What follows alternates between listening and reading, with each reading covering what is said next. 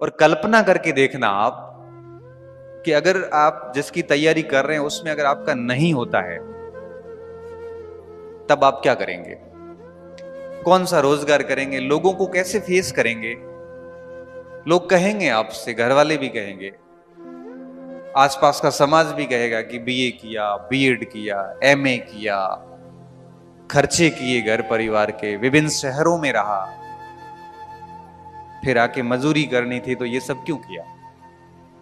क्या आप उस स्थिति के लिए तैयार है? आप सोचिए कि आप अभी अध्यापक के सपने देख रहे हैं और आप अपनी गलतियों से अगर बाहर होते हैं तो उसके बाद क्या आपसे मजदूरी होगी? इतना अच्छा पढ़ लिखने के बाद में आप किसी भी दुकान पे या किसी खेती किसानी में मजदूरी में आप अपने आप को कभी भी स्वीकार नहीं कर पाओगे, कभी भी स्वीकार नहीं कर पाओगे। क्योंकि पढ़ाई नहीं की है तो दिक्कत नहीं, क्योंकि उसने माइंड सेट कर लिया कि मुझे मजदूरी करनी है, बात खत्म। आपने तो बहुत ड्रीम देखे हैं, आपके परिवार ने भी आपसे ड्रीम देखे हैं, आपके समाज ने आपके ऊपर नजरें गड़ा रखी है कि कब फेल हो और इसके मजे लें।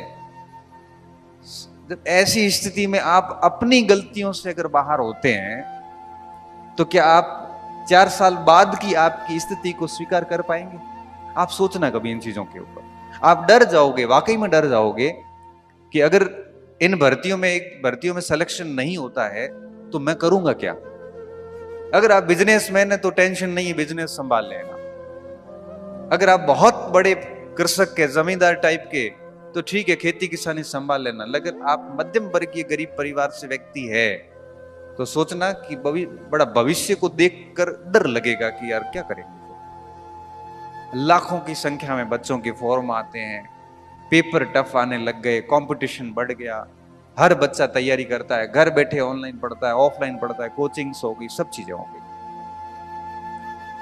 तो मैं सबसे पहली बात आपको ये समझाना चाह रहा हूं कि आपके पास में बहुत अधिक समय नहीं है, इसलिए ये मस्तिष्क में मत लाना कि और एक दो ट्राई करते हैं, एक बार और करें, कर लेंगे, अभी यूं ही कर लेते हैं। काम करना है तो लड़ाई आर पार की रखना, नहीं करना है तो छोड़ दो। 4-5 महीने रहे थे आरएस मेंस के और गोविंद यार इतना सारा कैसे करेंगे, वैसे कैसे, तबीयत ठीक नहीं है। मैंने कहा तो जा जयपुर ही था। मैंने कहा केसरिया कर जाके वहां। केसरिया करने का मतलब है कि वापस नहीं आना है। यहां तो पास होंगे, यहां कोई जॉब पकड़ लेंगे, आर और पार की लड़ाई होती है। केसरिया करने का मतलब समझते हो ना? युद्ध में जब सेना के अंदर राजा केसरिया करता था तो उसके बाद लड़ाई भी उस हिसाब की होती थी। फिर घंटे काउंट नहीं होते थे, फिर बस तलवार चलती थी, कितनी लाशें गिरी ये नहीं देखा जाता था। तो मैं स्टूडेंट को कहता हूं जब इस कंपटीशन की लाइफ में आ गए हो तब ये आधी अधूरी पढ़ाई वाला ढोंग मत करना, फिर रखना केसरिया ही। अब कहानी को बहुत अच्छे से सुखद समापन करके ही घर जाएंगे। ऐसा नहीं है कि वहां सब फेल हो गया हूं। और इतना कंपटीशन है नहीं मार्केट में जितना आपको लग रहा है, क्योंकि पिछले 10 साल की विभिन्न भर्ती परीक्षाओं की आप कट ऑफ देखना, डाउन होती जा रही है। 70% से 55% भी आ गई। आरएस प्री देख लो, कॉलेज लेक्चर देख लो, क्योंकि नंबर ऑफ कैंडिडेट बढ़े हैं और नंबर ऑफ सीरियस कैंडिडेट घट गए हैं। नंबर ऑफ सीरियस कैंडिडेट घट गए हैं, बच्चों में वो बात नहीं रही जो आज से 5-7 साल पहले हुआ करती थी। आज की जो जनरेशन है वो मोबाइल, विभिन्न सारे मोटिवेटर, किताबों की बहुत बड़ी दुनिया, उनमें इतनी फंस गई है कि वो कुछ नहीं कर पा रही, बस बैठी है चुपचाप। तो आपको इस चीज को लेकर भी डरना नहीं है कि बहुत स्टूडेंट है, कोई फर्क नहीं पड़ता। मैं कहता हूं कि 2 साल में, अभी आपको बताऊंगा कैसे करना है। कोई स्टूडेंट 2 साल अगर अपने जीवन का 2 साल तरीके से दे देता है तो भैया पोस्ट भले 2 हो या 3 हो, अपना काम कर जाता है। बाकी तो सब बहाने हैं कि सीटें बहुत कम है, फॉर्म बहुत ज्यादा है। भाई मैं तो ये कहता हूं कि सीटें कम है, फॉर्म ज्यादा है, आप 70% नंबर लाके तो देखिए, बाकी बातें छोड़ो। तो मेरे को तो 70% नहीं आ रहे हैं, तो तेरे को नहीं आ रहे तो भाई गलती तेरी है ना, दुनिया को क्यों दोष दे रहा है? अभी फर्स्ट ग्रेड में पोस्ट कम आई तो कुछ बच्चे आए, सर सर सीट तो नहीं है। मैंने कहा सीट छोड़, अपन दूसरी बात करते हैं। मैंने कहा तू मुझे फर्स्ट ग्रेड की मार्कशीट में 290 नंबर ला के देगा? तो कहे हाँ सर। तो मैं सिलेक्शन ला के दूंगा, सीट भूल जा। थोड़ी देर में बोला साहब 290 थोड़ा आ जाए, 290 थोड़े मुश्किल है। हाँ थोड़ी मुश्किल है तो मजा कर, सिलेक्शन होना नहीं है। सिलेक्शन भी चाहिए और नंबर भी नहीं आएंगे। क्यों नहीं आएंगे? मेरे 335 थे। मैंने कहा तेरे को तो 290 का ही तो कह रहा हूं, बहुत 390 थोड़ी कह रहा हूं।